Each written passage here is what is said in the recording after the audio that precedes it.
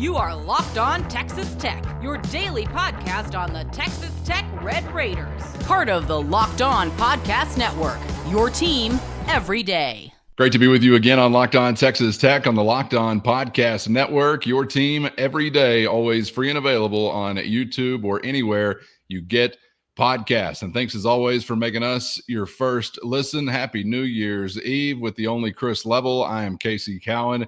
And Chris, we got a few different things to dive into on today's episode. We got some football conversation to have as it relates to continued, ongoing, never-ending, I suppose, roster management, and maybe this portal party rolling on as well. Also want to ask you about this JUCO rule change or new JUCO rule and how it could impact some Red Raiders in 2025. And we're going to get to a conference hoops opener conversation as Central Florida fits the description of the first potential victim in conference for Grant McCasland and the Red Raiders. They're getting busy for an afternoon matinee from United Supermarkets Arena to wrap up 2024. But I don't know if I've come down yet from the portal party that has already taken place, Chris. I mean, I hadn't even gotten to the hangover yet. I'm just still vibing.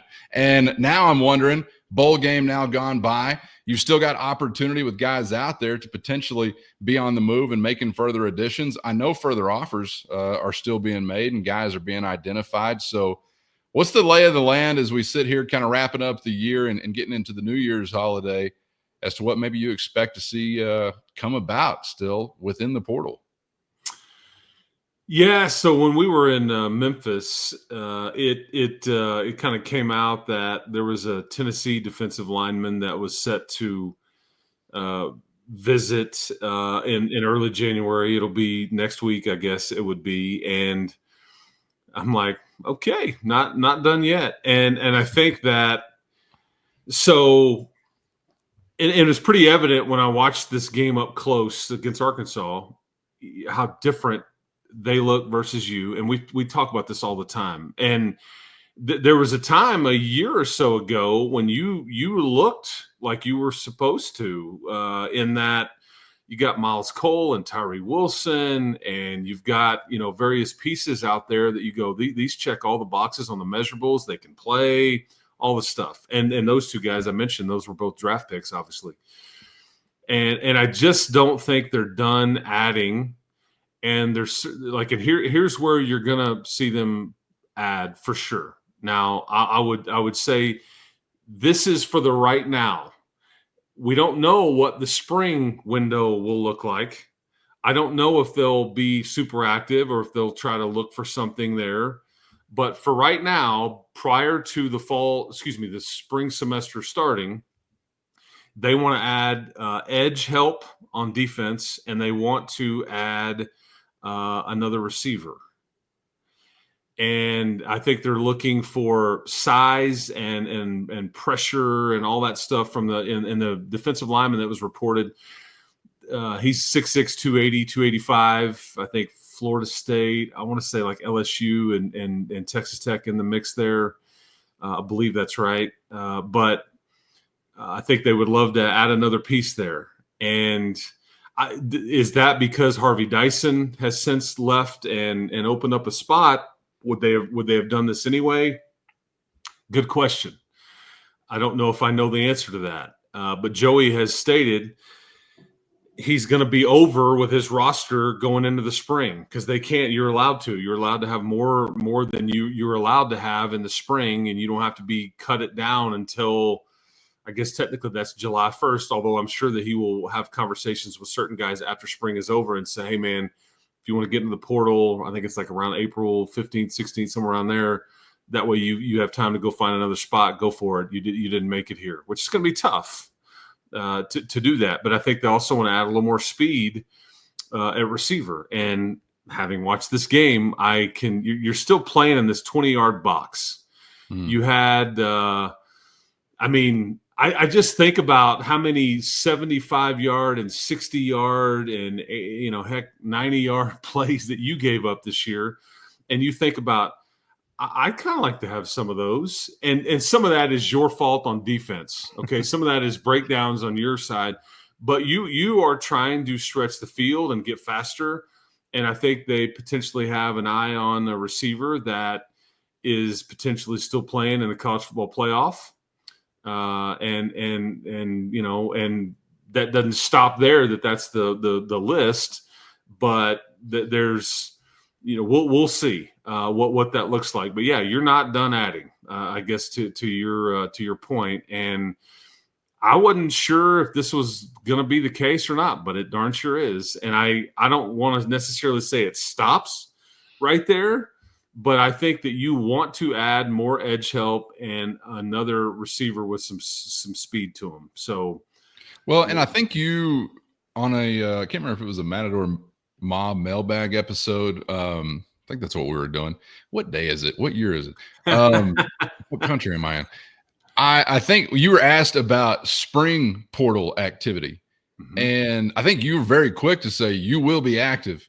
And I'm kind of wondering what develops between now and then to get those wheels re-engaged. Is it about the thought that, hey, you're going to have guys probably also still hit the portal between then and now, or you just know others will, so you're going to be active whenever there's fish out there to be caught, you're going to be dropping a hook in the water?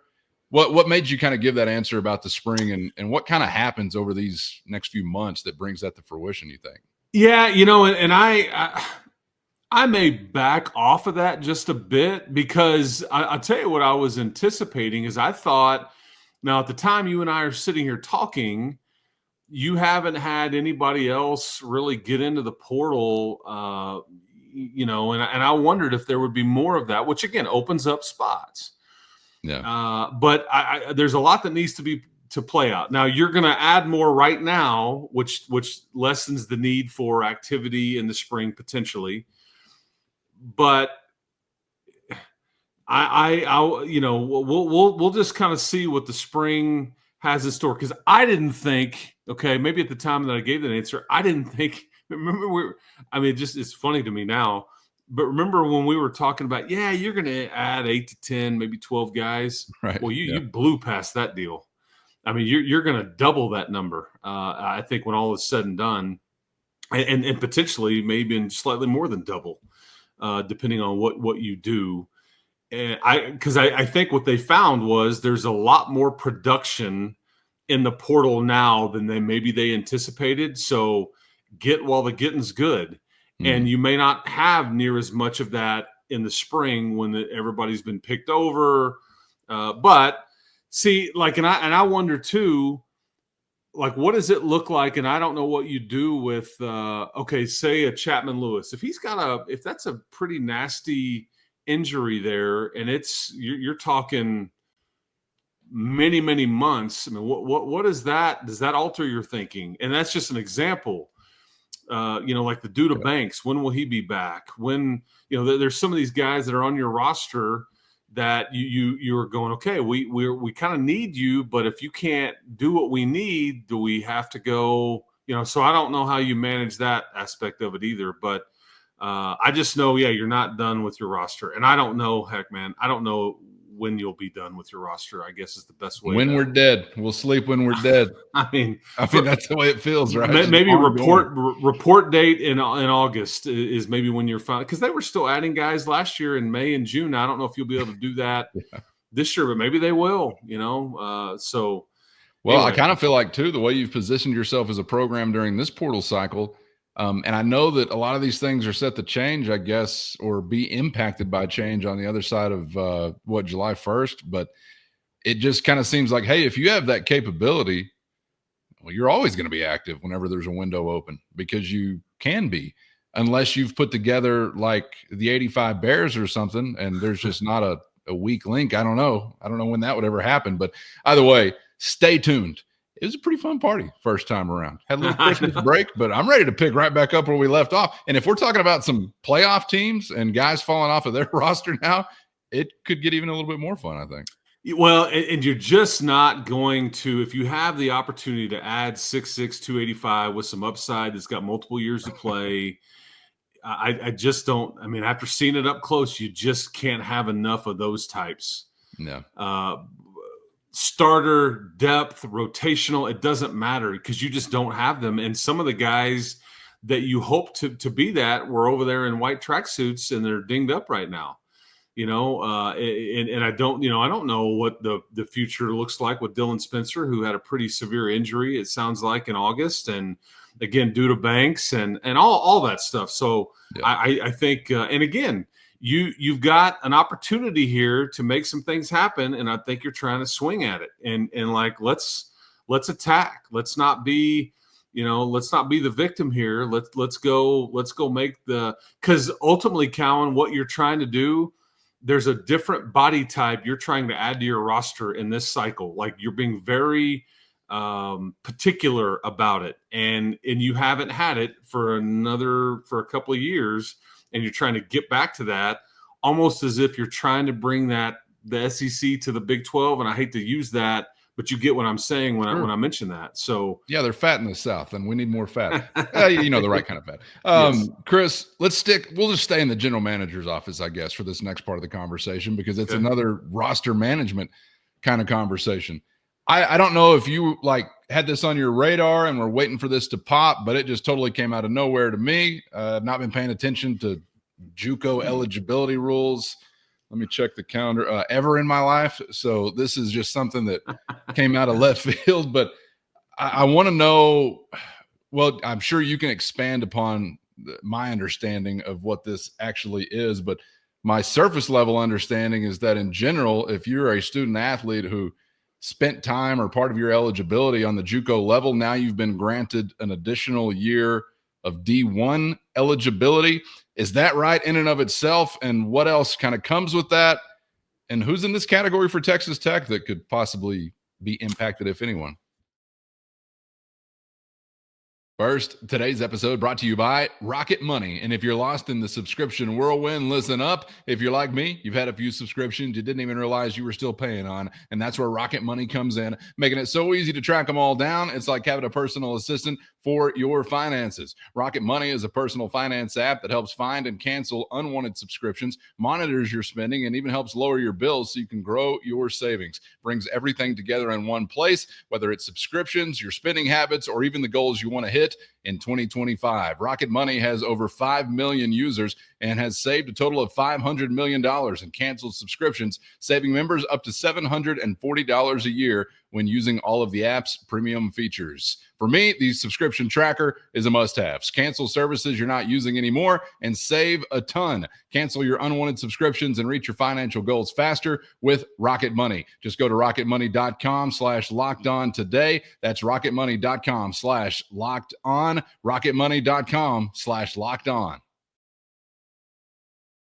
And who's in this category for Texas Tech that could possibly be impacted, if anyone?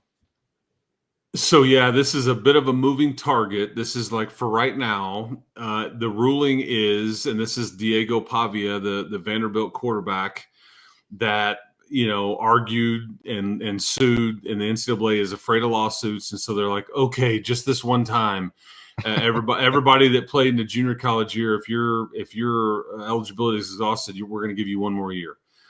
And so we'll see if that sticks. We'll see what's permanent and all that. So I don't know. But essentially the deal is, if you didn't play in the NCAA, then they're not recognizing it. And he's saying, I played in the NJCAA, and that's not the same thing. They're two different organizations. So you can't. I didn't have a chance to make NIL and junior college and all this stuff. Okay, so that's up to the courts and all that. But that's the ruling right now.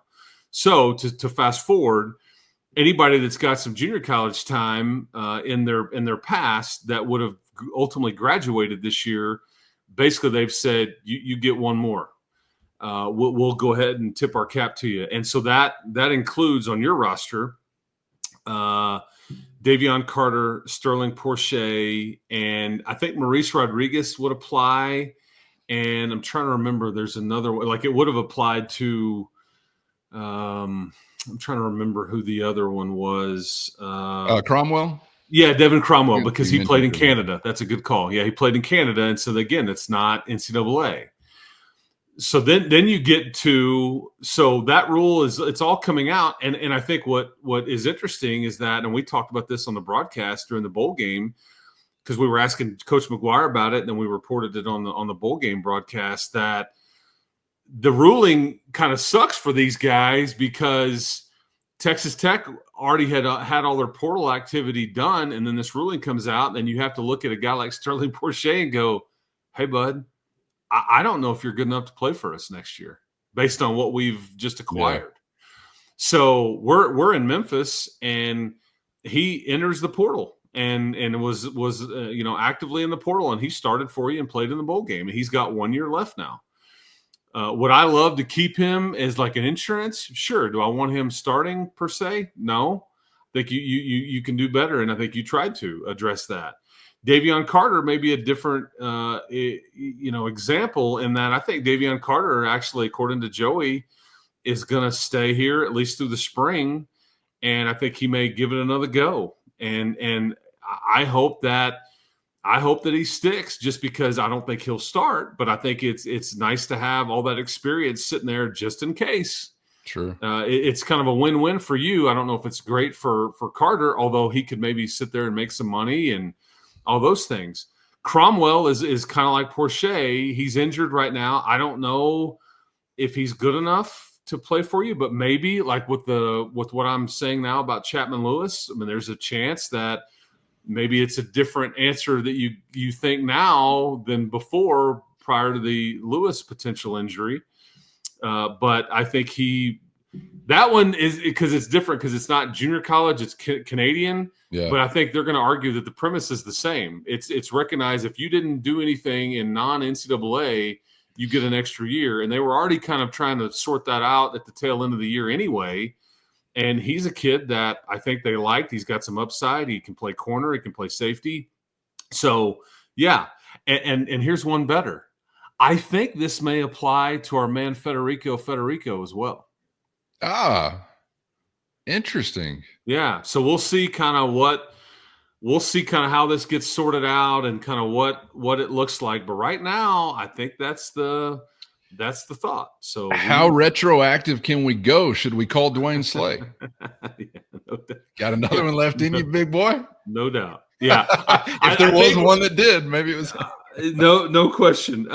But again, I think it's, if you were a senior this year, yeah, that they're going to let you have one more. But it's just, all you got to do is sue the NCAA, man. And they're just, I know, it's so crazy, the timing of all this stuff too. Like last year is like, yeah, go ahead and play in a bowl game, AJ McCarty and all you other guys if you want to. This time around, it's like, yeah, go ahead and have another. Yeah. Is there anybody running this thing? Or the inmates are running the thing, I think. The asylum, so to speak. Well, lawyers are right now. Yeah, lawyers are running it. Billable hours are stacking up. And they are getting paid. Yes, they are. Yep. Perfect basketball segue, bringing up our man Fetty 2 times. We've got a conference opener at our door, Chris. New Year's Eve, new season, sort of. We transition now into Big 12 play for Grant McCasland and the Red Raiders. And wanted to get some thoughts from you as you open up this league contest, an afternoon tip-off from United Supermarkets Arena.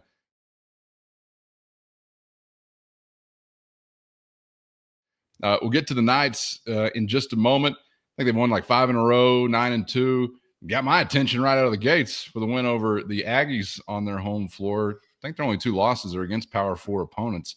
But have not played a true road game, I don't think, either yet this season. But before we get to the UCF aspect, where is Texas Tech in their conference tune-up progress? Because whether it's because of injury or just other assorted challenges, like bringing a bunch of new faces together, from my perspective, I don't feel like they're quite where they maybe want it to be by this point in time. Is that fair, or how do you read that?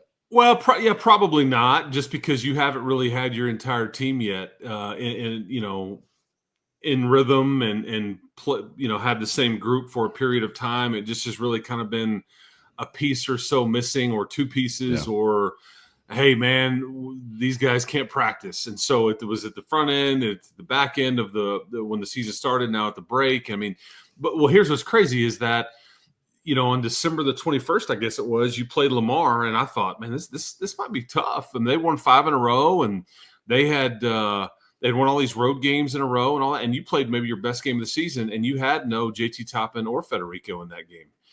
and you just blew them out, and everything was falling. You were focused, and that's always a really tricky game, as we had touched on leading up to it with the holidays looming and all that stuff. And you played really, really well. And so part of me sometimes I think, man, maybe I just underestimate some of your guards and some of your players at times. But you're about to start getting into every night out, man. If you don't have it, you're gonna get beat. That's just what you're about to get into with your league. But I will say, Grant, leading into this game, Grant says everybody is available to play. That's the expectation, other than Jazz Henderson. So you should have Federico and top and back. You should have your full complement. I guess what you're now thinking is what a 9-man rotation is, what it looks like. You've got some depth, and you just need to get those guys in rhythm now. But you've got to have your size and certainly Toppin's ability to score and rebound with what you're about to get into. Because with what Federico did against Oral Roberts when he had the double-double, and it was like I think career high in points, that's unrealistic to expect that from him. That's just not the kind of player I don't think he is. He's got some upside and he can flash for you, but night in, night out, this is going to be a different animal, man. Because I think posting up at center for UCF later today is a 7'2", 5-star recruit with the first name Mustafa that blocks 3 shots a game. And that's what you're going to be dealing with in the paint game in and game out now. And you're also going to be dealing with 6'2", 6'3" guards. I mean, they're going to throw it Darius Johnson at you, and he leads the Big 12 in steals. He's a man, and this is just going to be a bit different. And this is just UCF, okay? I mean, it's just every game now. Yeah, it's about to get real serious. And just UCF, they came and gave you an L last year, right? Or was it? No, you split with them. Was that in Orlando, or did they come here and get a win? Oh no, when they came here, you played 2 weeks apart. When they came here, you handled them not easily. It was a grind of a game. You could never pull away from them, and you got to win. But then when you went to Orlando, they had the now granted, Chance McMillan didn't play in the game in Orlando, and Warren Washington played the first, I don't know, 7 minutes, 5 minutes, and it was like, okay, not time yet. Can't really do it. And you were shorthanded, but yeah, they handled you. And Darius Johnson had had a lot to do with that. But no, this team has legit talent. And yes, first road game, but they are athletic. They're deep. They've got some size. You mentioned the one common opponent in A&M. They handled the Aggies on their home floor. You obviously didn't at a neutral game. And what's fascinating is you mentioned that, Cowan. This is their first true road game. And I'm thinking, man, that's crazy. And then I think, well, heck, man, Texas Tech hadn't played a true road game yet either. That's just kind of what you get into here. Get these multi-team events. Central Florida, I think, was in something in West Virginia or something like that, where they took on – they lost to Wisconsin and LSU. I think LSU is like double or triple overtime. Those are their 2 losses, which, by the way, Central Florida's got Kansas coming to their house on Sunday. Feel free to look ahead, Golden Knights. I mean, it's just Texas Tech, for crying out loud. Feel free to look ahead to Kansas coming to your house. And they got them there last year. Yes, they did. About the same time of year. It was early in the season. They stormed the court and everything. And, yeah, they got them there last year. It was like UCF's first Big 12 game or something. It was like it was a party in Orlando. And, so. Man, you better buckle up if you're a Tech fan, though, because I think you've got a really interesting start to Big 12 play. And it's not necessarily as far as the who's who of opponent right out of the gate, but you get started in Lubbock, and then you're on the road for 2 straight. You get the Utah square dance going with the Utes and with the Cougars of BYU. You're back in Lubbock against Iowa State, to the Octagon at K-State, and then Arizona comes to your house. So you've gotten some, at least on paper, of the more formidable opponents in your house, but you've also got these road contests that can always bring a different layer of a challenge. So this isn't breaking news to anybody, but there's no time for on-the-job learning, really, and you're going to still have to be doing some of that. So I think it's John Rothstein that goes with the Miracle Mac title for Grant McCaslin. Let's get into Miracle Mac mode here pretty quick, because we're here, as you like to say, meat necklace, Lions Den. It's Big 12 basketball time, right? Yeah, you have to win this opener. You've got to win your home games, and this one won't be easy. You're going to have to put together 35 to 40 really good minutes. What scares me about, UCF is I think that you've been pretty good when you just want to get up and down and kind of hoop and play, and it's a freewheeling and you're throwing them up. They will like that as well. They're a little more physical than I think anybody you've probably faced other than A&M. And what A&M did to you and what UCF is going to try to do to you is what you struggle with is you've had a hard time keeping people out of the paint. And I think they want to get to the free throw line. I looked this up that I think 5 of their 11 games, they've made 20 or more free throws. I think that in 9 of their 11 games, they've made 18 or more free throws. So they're going to try to come right at you, get you going downhill, get on the free throw line and initiate offense that way. And you've kind of had a hard time with some of that to this point. But you're right. There's no let up here. Like, you buckle up and you better not get anybody dinged up, because if somebody, hey, man, he may just miss 2 weeks, that's going to be 4 games and it's going to feel like an eternity. When you're, because there is no more off time. You're going to get 2 games a week for the next 10 weeks. And then you've got, the Big 12 tournament, which is going to be a day longer and starts a day sooner. And so you're in it now, man. The little throw teddy bears on the floor at the home games and beat somebody by 50 for the holiday games and all that. Those are over. So, and here's the crazy thing: BYU, Utah, and UCF, they were all picked well below you in the standings. They are all absolutely good enough to beat you, and it won't be some surprise if they do. I think the goal would be, if you look at it like the first 3, you want to just be 2-1 at least after the first 3. If you are, I think you feel pretty good about your start to this deal. And then you mentioned Iowa State. They're the best team in the Big 12 right now and one of the top teams in the country. Arizona has been a disappointment, and I think Kansas State's been a disappointment, but it doesn't mean that they will stay disappointed or disappointing.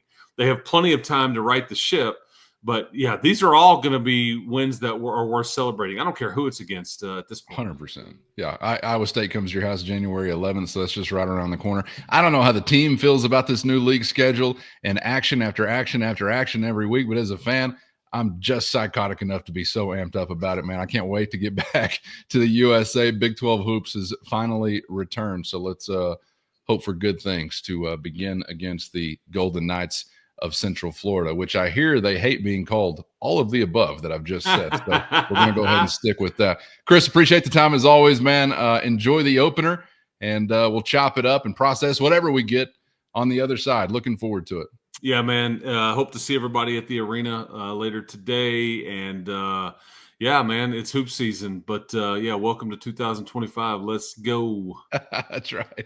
Happy New Year to everybody out there all across the Locked On Texas Tech universe. Appreciate you joining us as always. Thanks to the everydayers who made it every day this year. I've already seen some of your Spotify raps. I know who is in our top 0.0001% of Locked On Texas Tech royalty. So shout out to you guys for being out there. Shout out to the Matador Mobsters. If you're interested in becoming one of those, of course, hit the show notes. Check out the link there for a free 14-day trial. Your direct line to Chris and myself with one-on-one text sent straight to your phone. For Chris, I'm Casey. Thanks as always for the time. Happy New Year, and we hope to see you back for the next round in 2025 on Locked On Texas Tech.